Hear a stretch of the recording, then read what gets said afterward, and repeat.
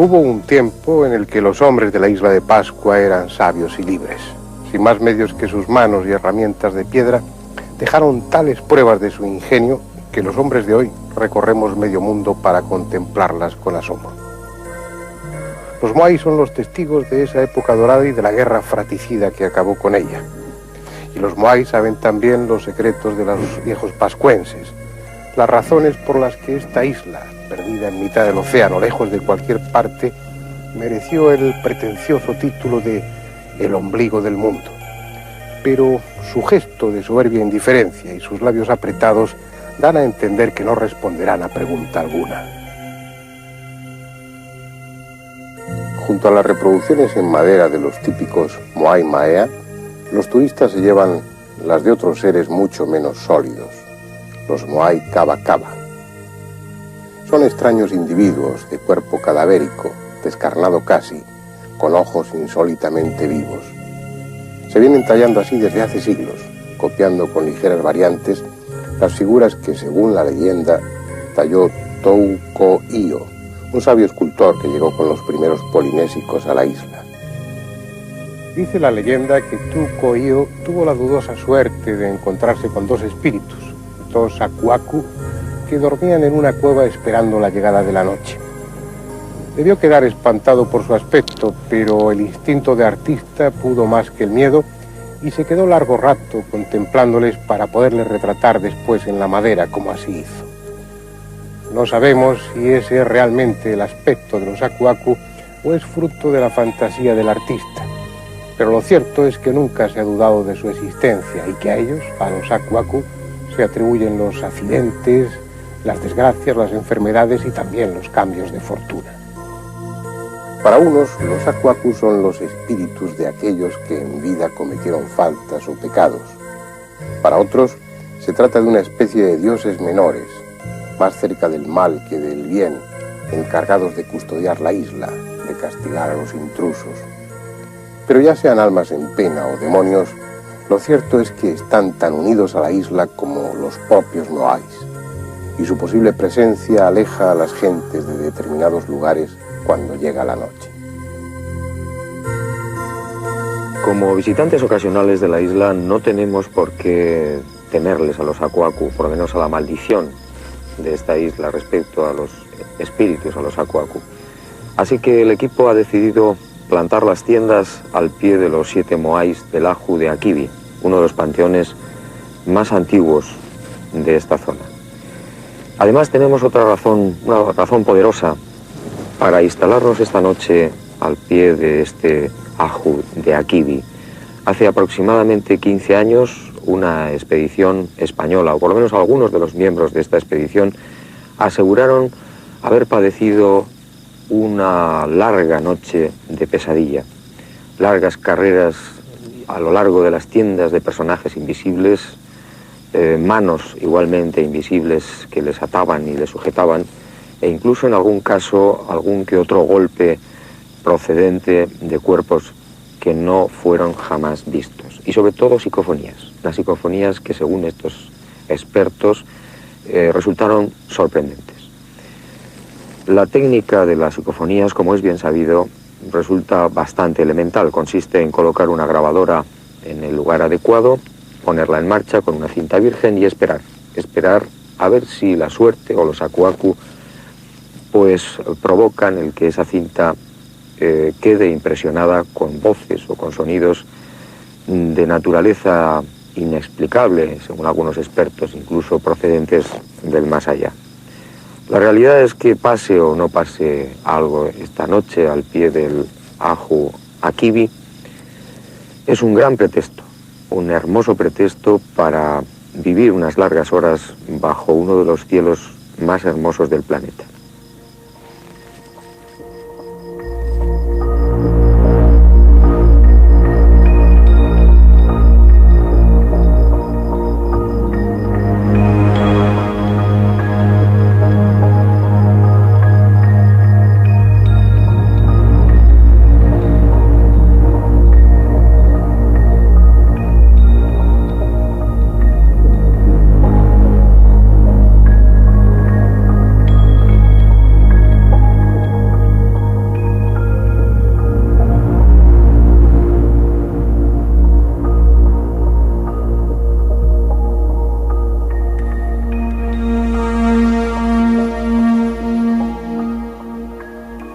Esta noche no acudieron los Acuaco. Tal vez hubiera sido mejor estrategia rodar esta parte del documental solamente en el caso de haber obtenido psicofonías. Pero nuestro planteamiento es que ustedes participen lo más directamente posible en todo lo que vaya sucediendo, que compartan con nosotros los descubrimientos y, como ha sucedido en este caso, también las decepciones. En la cinta no quedó grabado otra cosa que el viento y el lejano sonido del océano, pero eso no quiere decir que los Acuacu no existan. Así que es posible que cualquiera de ustedes que venga a Pascua tenga más suerte. Bien, parece que el programa se ha iniciado bajo el signo de la desmitificación. Así que, puestos a ello, vamos a seguir desmitificando algunos aspectos de la isla de Pascua que han dado pie a multitud de especulaciones, la mayor parte de las veces sin fundamento alguno. Uno de los capítulos que más ríos de tinta ha hecho correr ha sido justamente este, el de los muros de aspecto incaico. Grandes bloques de piedra aparecen escuadrados, incluso en bloques de más de 4 ángulos. La verdad es que de no ser porque nos encontramos realmente en Pascua, cualquier persona que observase estos muros podría pensar que se tratan de cualquiera de las ruinas de Sacsayhuamán o de Cuzco o de Machu Picchu. Esto ha hecho también que muchos otros autores pensasen que los incas podían haber llegado hasta Pascua y que podrían ser los autores de estos ciclópeos muros. Pero realmente se puede decir que es así. Una de las personas que probablemente más sabe de estos muros pascuenses es el arqueólogo Edmundo Edwards. Lleva más de 30 años estudiando la isla. Vamos a salir de dudas justamente preguntándole sobre la naturaleza o no incaica de estos bloques. En el año 1956, cuando vino Thor Heyerdahl a la isla de Pascua con la expedición arqueológica noruega, uno de los primeros lugares que quería excavar era el altar de Vinapú para ver si existía alguna similitud entre estas ruinas y el Perú. El arqueólogo a cargo de esto, William Malloy, no encontró ninguna evidencia. Lo que sí es realmente asombroso que estas piedras tan bien labradas y tan parecidas a Sacsayhuamán existan en Isla de Pascua, pero también existen ruinas similares en el resto de Polinesia. En Marquesas también esta gente podía cortar la piedra de facción similar, y también en Guajine y en Bora Bora hacían grandes altares con losas de coral tan bien ajustadas como esta piedra. Esta piedra de acá está muy bien ajustada, como pueden ver. La técnica que utilizaban para tallar esta piedra es golpearla con un bolón de basalto bastante denso, y van entonces quebrando toda esta superficie que tiene bastante poros hasta que le dan un aspecto bastante parejo justamente para alinear y cortar estos vértices. Usaban normalmente el horizonte del mar. Se coloca la piedra frente al horizonte, uno se agacha, uno mira el horizonte y entonces uno puede percutirla hasta lograr una superficie completamente recta.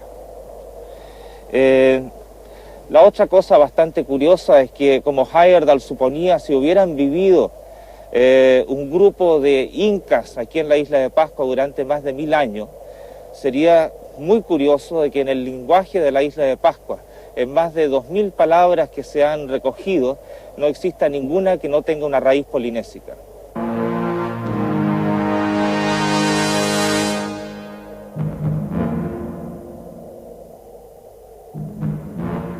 Otra de las cuestiones que se maneja frecuentemente en los libros especulativos es la de una posible presencia egipcia en el pasado de la isla. Esa idea se basa en unos cuantos detalles.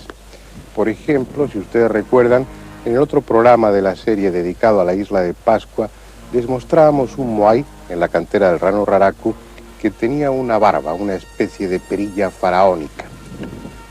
En realidad no es el único, hay otros más en la isla también dotados de esa perilla.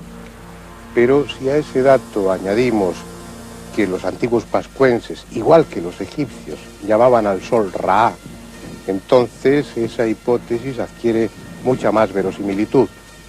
Pero si además añadimos como tercer detalle que algunos moais de la isla, como estos de Anaquena, tienen grabado en la espalda un símbolo muy parecido al Ankh, a la cruz egipcia, entonces ya casi no queda duda alguna. Lamentablemente, la perilla faraónica no es exclusiva de los faraones. Otras muchas culturas han representado a sus personajes en bajorrelieves, en pinturas y en esculturas con una barba similar, como sucedió con los olmecas, los mayas, los mochicas o los mismos chinos. Y lamentablemente también esa cruz An que llevan los moais grabada en la espalda no es tal, sino que es la lazada del cinturón ceremonial que a su vez representa el arco iris y la luna encima de ese arco iris. Por otra parte, por lo que sabemos hasta ahora, por lo que los arqueólogos han comprobado, cuando se tallaron los moais, hacía por lo menos 1000 años que el último de los faraones había pasado a mejor vida. Esto no quiere decir que la isla de Pascua no tenga misterio. Lo tiene, pero sin necesidad de recurrir a la presencia en su pasado de egipcios, fenicios, vikingos o vascos, que de todo eso se ha dicho. Un misterio es, por ejemplo, el de las tupas, esas torres cilíndricas que salpican la isla, similares a otras torres levantadas mucho tiempo antes en la cuenca del Mediterráneo. Se ha dicho que tenían una función de observatorios, desde los que detectar la llegada de intrusos o la presencia de bancos de peces. Hoy podemos afirmar que sí eran observatorios, pero de un tipo muy distinto.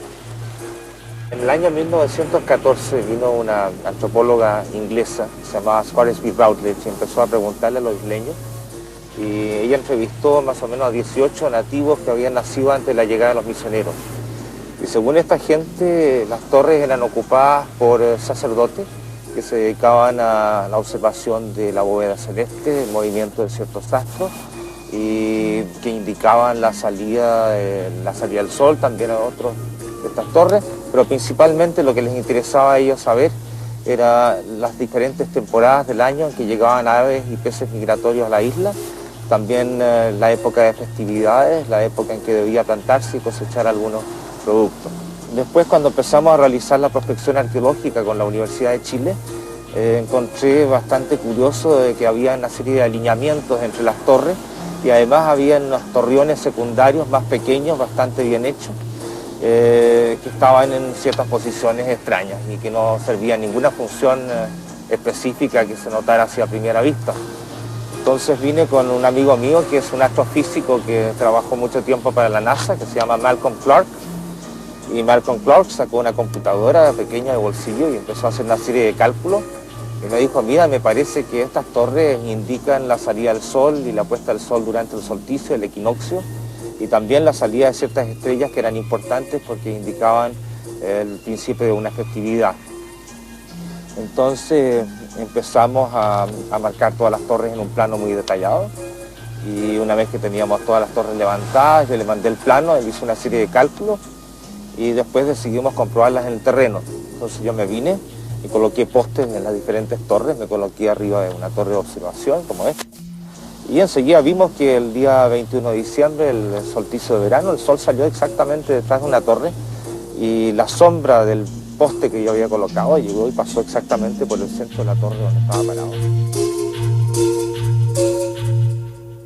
Y el misterio no reside en que tuvieran un calendario basado en la salida o la puesta del sol durante los solsticios, ni tampoco en que la luna o algunas constelaciones ejercieran determinada influencia sobre su sociedad, sobre su forma de vida. El misterio está en la alineación misma de las torres, porque señalan puntos astronómicos precisos. Y eso significa siglos, largos siglos de observaciones. Si la cultura de Pascua partió de cero, como se supone, necesitó de mucho tiempo para llegar a ese nivel de conocimiento astronómico que las torres implican. Es decir, o ellos lo aprendieron por su cuenta, lo que es tanto como darles una antigüedad mucho mayor de la que los arqueólogos suponen, o alguien se lo enseñó. Cuando los europeos llegaron aquí, todo estaba ya terminado y la época de oro de la isla de Pascua era tan solo un recuerdo. Las dataciones por el carbono 14 demuestran que hace 1100 años se levantaron monumentos, pero esto no quiere decir que esa u otra cultura no existiera desde mucho antes. Para alcanzar esta altura de conocimiento, de técnica y de creencias, Un pueblo aislado necesita tener detrás muchos siglos de historia. Sabemos de la isla desde 1722, el año en el que fue descubierta. Pero hacía ya mucho tiempo que las guerras y el hambre habían terminado con la cultura que levantó los moais y edificó los observatorios. Los pascuenses que conoció Roggeveen al desembarcar no sabían prácticamente nada de esa época dorada. Conservaban algunos recuerdos fragmentados, leyendas, y seguían practicando algunas ceremonias viejas más por tradición que por conocer su auténtico significado. Y es precisamente una de esas antiguas ceremonias la que nos ha traído aquí, a la cima del volcán Rano Kau. Era donde se celebraba anualmente la elección, el nombramiento del Tangata Manu, el hombre pájaro. En muchas partes de la isla, pero sobre todo en las rocas del borde occidental del Rano Kau, hay petroglifos que representan a un extraño ser. Un pájaro con cuerpo humano, o si se prefiere, un hombre con cabeza de pájaro. Está en una rara postura, como si su actitud fuese de oración, y es frecuente que se encuentre enfrentado y aún unido a otro ser similar.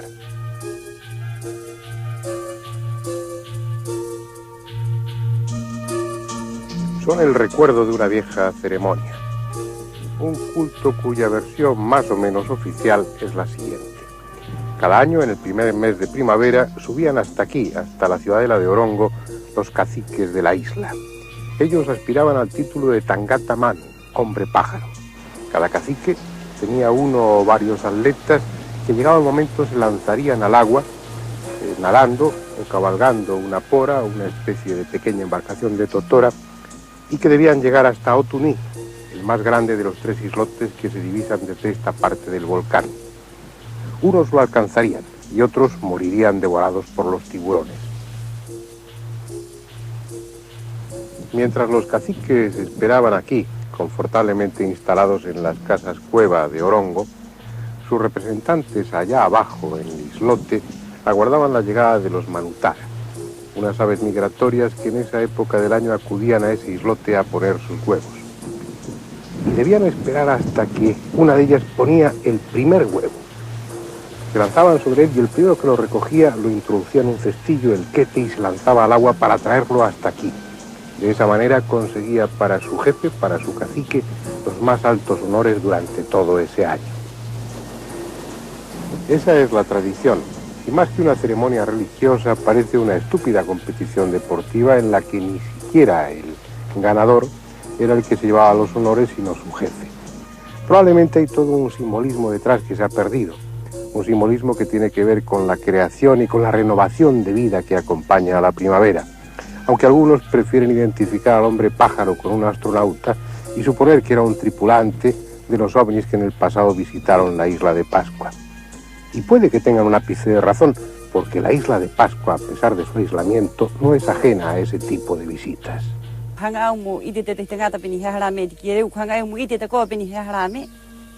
Bueno, estaba diciendo en Pascuense que yo vi sobre el Cerro del Poique una gran luz quieta, una luz grande, quieta, de color amarillo.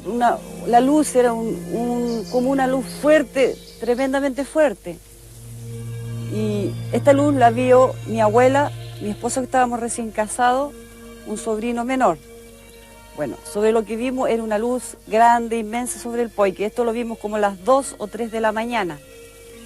Y sentíamos, cuando estábamos mirando la luz, sentimos como millones de zumbidos de avispas, de un ruido muy penetrante que nos molestaba en los oídos. Entonces miré hacia el mar y había una inmensa luz que era muy fosforescente.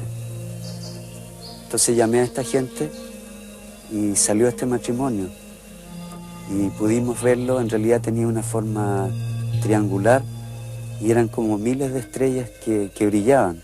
Yo veo una luz que viene de ahí arriba y viene y se pone aquí bien amarillito.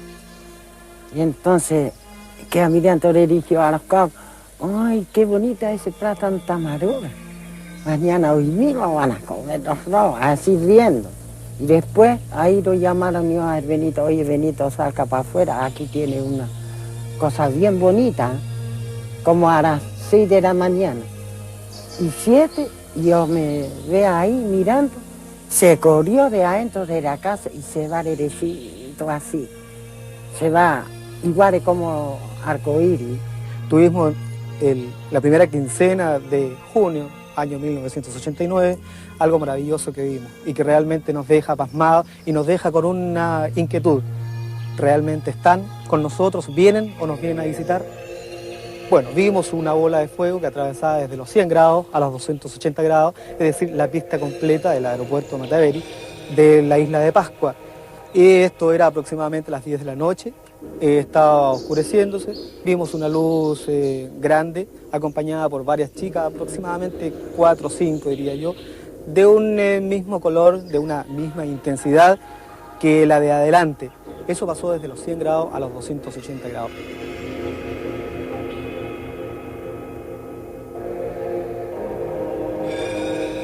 Dicen que la isla de Pascua está llena de túneles.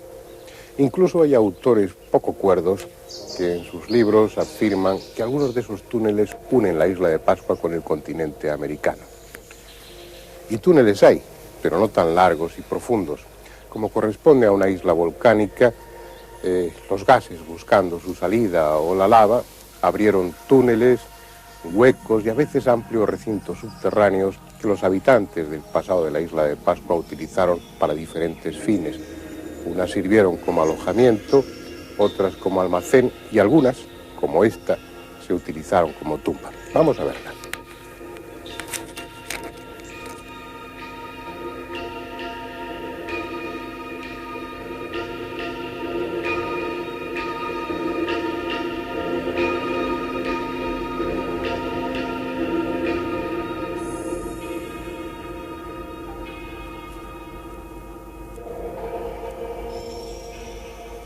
Es seguro que hay cuevas similares sin descubrir, y posiblemente en ellas aún quede algún tesoro arqueológico de gran valor, pero mucho menos de lo que se dice.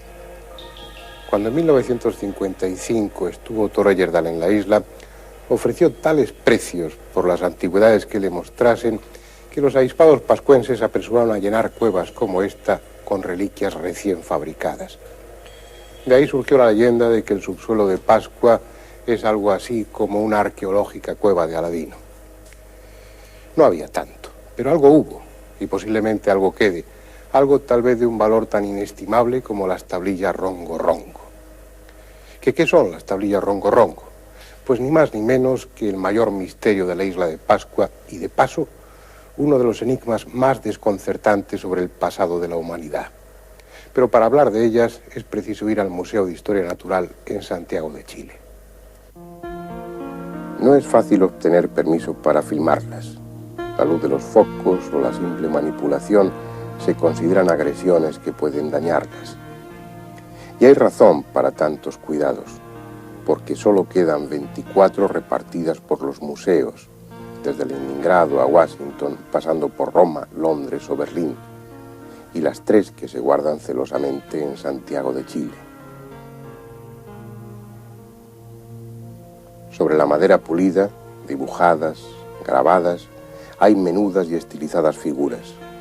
Se trata de escritura, de ideogramas que aún no han sido descifrados. Hombres, animales, plantas y elementos abstractos parecen combinarse en una extraña danza, componiendo el más hermoso ballet, el que da forma a los pensamientos y a los afectos, la escritura. Y esas tablillas, ellas solas, hacen de la isla de Pascua el lugar más desconcertante y enigmático del planeta. La escritura surge como una necesidad de comunicación.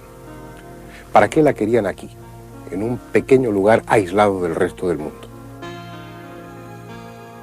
Además, según la arqueología, la cultura que levantó los moáis, la cultura pascuense, es cosa de hace unos pocos siglos. Y desarrollar una escritura compleja como esta no es una cuestión de siglos, sino de miles de años. No pudo llegar de otras islas de Polinesia ni de América, porque ni en Polinesia ni en América hay una escritura similar a esta. Solo se ha encontrado en la isla de Pascua y en otro lugar, una cultura del Valle del Indo, en el otro extremo del mundo, la cultura de Mohenjo-Daro y Harappa. Pero lo absurdo, lo incomprensible, es que esa cultura del Valle del Indo que escribió en Pascuense no solo está tan lejos que imposibilita cualquier contacto, sino que además desapareció cuando menos 2700 años antes de Cristo. Es decir, la escritura grabada en las tablillas rongo-rongo de la isla de Pascua ya fue utilizada por otra cultura, solo que 3500 años antes. No hay ninguna explicación, ninguna. El misterio de las tablillas de la isla de Pascua es de tal envergadura que la posible visita de egipcios o de extraterrestres queda reducida a una anécdota sin importancia. Tal vez los antiguos pascuenses tuvieron razón y su isla, esta isla, fuera realmente Tipito o Teenua, el ombligo del mundo, y a ella llegaran las culturas más importantes del pasado para dejar testimonio de su existencia o rendir homenaje al legendario dios Make Make, el creador de todo, que hizo de esta isla azotada por el viento un paraíso del que solo queda ya el recuerdo.